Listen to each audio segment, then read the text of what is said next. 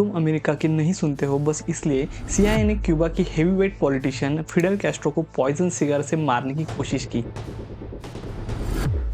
City commissioner इन बच्चों पर पहले हॉर्स और बाद में जर्मन शेफर्ड जैसे कुत्तों से अटैक करवाता है।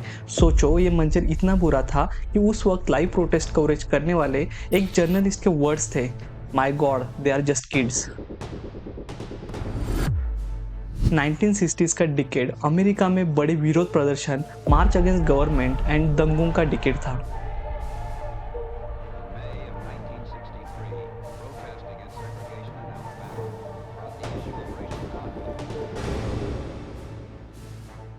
यूएस गवर्नमेंट का करप्शन पब्लिक होने के बावजूद डैनियल इल्सबर्ग को 115 साल की सजा सुनाई जाती है।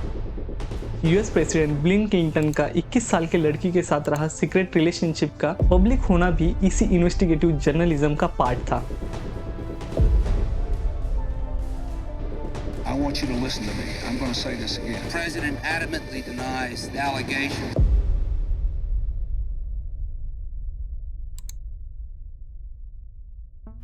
वॉशिंगटन डीसी के वाटरगेट ऑफिस में सूट बूट पहने 5 लोगों को अंडरकोवर पुलिस द्वारा अरेस्ट किया जाता है, जो डेमोक्रेटिक नेशनल कमेटी के हेडक्वार्टर में चोरी करने के रीजन से वाटरगेट ऑफिस में एंटर किए थे। लेकिन द वॉशिंगटन पोस्ट के 2 journalist Bob Woodward and Carl Bernstein को अभी भी ये सिर्फ एक चोरी थी, इस पर यकीन करना मुश्किल हो रहा था। इसका रीजन था कि उन 5 लोगों से बरामद किए गए चीजें वो चीजें थी एक ही सीरीज के कई $100 के नोट्स, कम्युनिकेशन के लिए महंगे रेडियोज एंड एक नोटबुक जिस पर लिखे थे व्हाइट हाउस के कई सारे फोन नंबर्स। और यही शब्द आगे एक बड़े मीडिया इन्वेस्टिगेशन में कन्वर्ट होता है और उसी का नतीजा था कि साल 1974 में यूएस प्रेसिडेंट निक्सन को इस्तीफा देना पड़ा।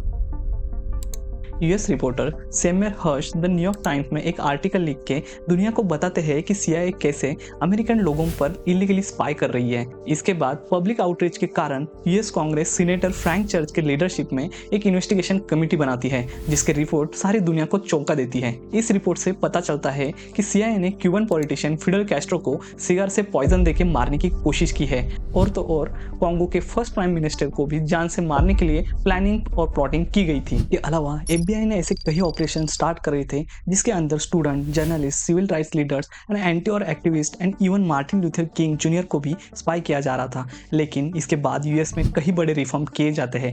लेकिन गौर करने की बात यह है कि इसकी शुरुआत हुई थी बस एक आर्टिकल से।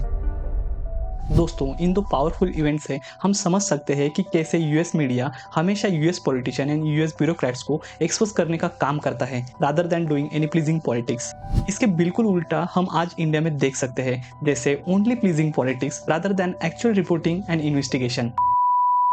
But before blaming any media industry, we should understand how US media became such a strong stakeholder in US democracy। और ये समझने के लिए हमें US हिस्ट्री में हर डिकेड में हुए इंपॉर्टेंट मीडिया इन्वेस्टिगेशन एंड उसके इम्पैक्ट को देखना होगा।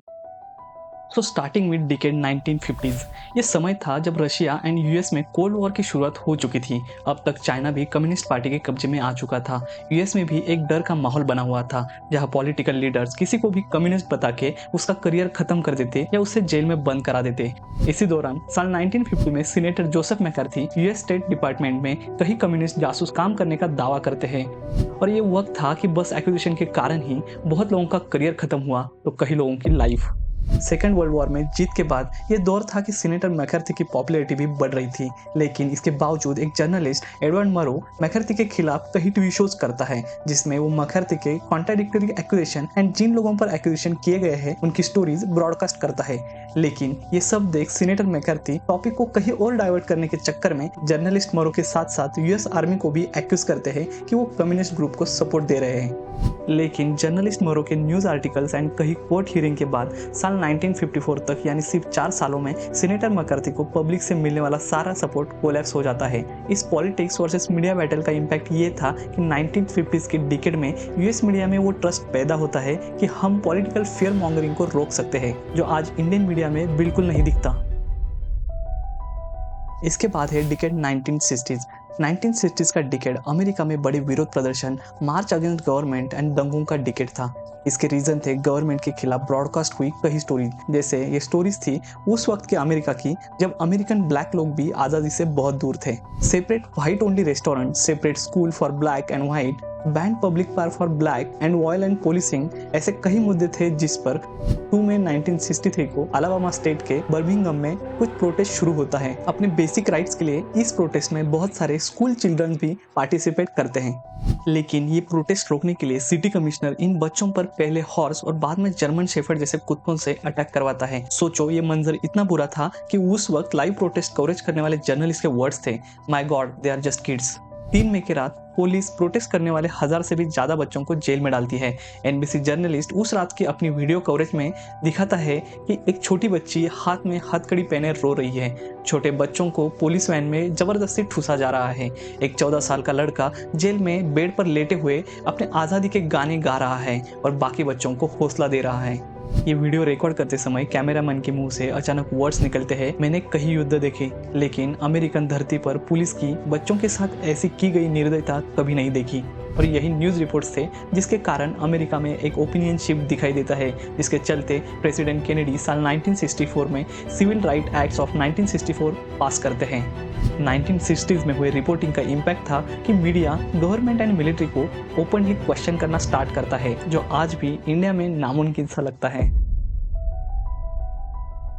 इसके बाद है डिकेड 1970s। दोस्तों, 1970s को अमेरिकन इतिहास में golden age of investigative journalism भी बोला जाता है। वीडियो की स्टार्टिंग में बताया वैसे कई FBI डॉक्यूमेंट्स और ओपोजिशन की आवाज दबाने के चलते कैसे एक US प्रेसिडेंट तक को इसी डिकेड में रिजाइन करना पड़ा। लेकिन इस डिकेड की इंटरेस्टिंग स्टोरी है पेंटागन पेपर्स। साल 1971 वियतनाम वॉर खत्म होने का नाम न ले रहा। हर रात अमेरिकन फैमिलीज टीवी के सामने बैठकर वॉर फुटेज देख रही है, लेकिन उनको पता नहीं कि अपने घर वाले इस वॉर से कब लौटेंगे। सेम टाइम कैलिफोर्निया के रैंड कॉर्पोरेशन में काम करने वाला एक former US marine turned military analyst Daniel Ellsberg के हाथ US मिलिट्री के टॉप सीक्रेट डॉक्यूमेंट लगते हैं। इन 7000 पेजेस डॉक्यूमेंट से डैनियल्स को पता चलता है कि कैसे वियतनाम वॉर अमेरिका कभी भी जीत नहीं सकती, लेकिन ये पता होने के बावजूद US गवर्नमेंट अपने और सोल्जर्स को वियतनाम में डिप्लॉय करती है। कैसे US के लास्ट 4 प्रेसिडेंट दुनिया से झूठ बोलते रहे कि हम ये वॉर जीत रहे हैं, बल्कि वो जीत से कोसों दूर थे। कैसे US मिलिट्री कांग्रेस अप्रूवल के बिना कहीं इलीगल अटैक करवाती है, जैसे कहीं मासूम मारे जाते हैं और हमेशा दुनिया के सामने गलत कैजुअलिटी नंबर बताए गए। मार्च 1971 डैनियल कहीं पॉलिटिशियन के पास ये इंफॉर्मेशन लेके जाता है, लेकिन हर कोई उन्हें ये इंफॉर्मेशन पब्लिक करने से मना कर देता है। आखिरकार विदाउट चॉइस डैनियल प्रेस को कांटेक्ट करता है। द न्यूयॉर्क टाइम्स का रिपोर्टर नील शिहान आगे आता है और 13 जून 1971 को पहला आर्टिकल छपता है। लेकिन कुछ ही घंटों में US government the New York times के खिलाफ नेशनल सिक्योरिटी का रीजन देकर एक कोर्ट ऑर्डर निकलवाती है। US हिस्ट्री में पहली बार गवर्नमेंट ने किसी न्यूज़पेपर को आर्टिकल पब्लिश करने से रोक दिया था, लेकिन तभी वॉशिंगटन पोस्ट भी डैनियल के डॉक्यूमेंट्स को पब्लिश करती है।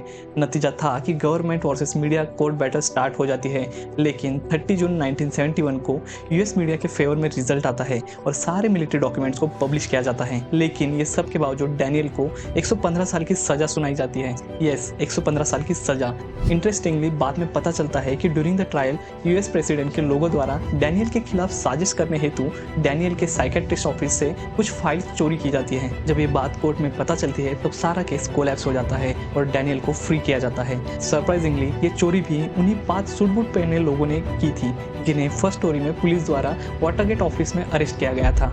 1970s के डिकेड में हुई इन्वेस्टिगेटिव जर्नलिज्म का इम्पैक्ट ये था कि आगे इस टाइप ऑफ जर्नलिज्म को हीरोइकली देखा जाने लगा and most importantly press freedom को कोर्ट द्वारा सपोर्ट किया गया। Now moving to decade 1980s। 1 जून 1980 एटलांटा। टेड टर्नर, एक मिड एज बिजनेसमैन, अपने वेयर हाउस में बने स्टूडियो में शाम के 5 बजे टीवी माइक पर कहता है, we won't sign off until the world ends. ये शुरुआत थी टीवी पर 24/7 न्यूज चैनल की और इस स्टूडियो का नाम था CNN।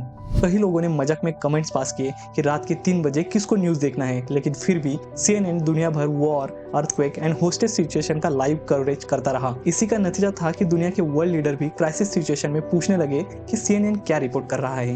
During the same time US government भी कुछ प्रेस रिलेटेड लॉज को कैंसिल करती है, जिसके कारण न्यूज़ कंपनी को अभी 1 से ज़्यादा स्टेशन या न्यूज़पेपर खरीदने पर कोई रेस्ट्रिक्शन नहीं था, ना ही कोई लॉस था, जिसके चलते न्यूज़ मीडिया आउटलेट को बैलेंस पॉलिटिकल व्यू दिखाना जरूरी था।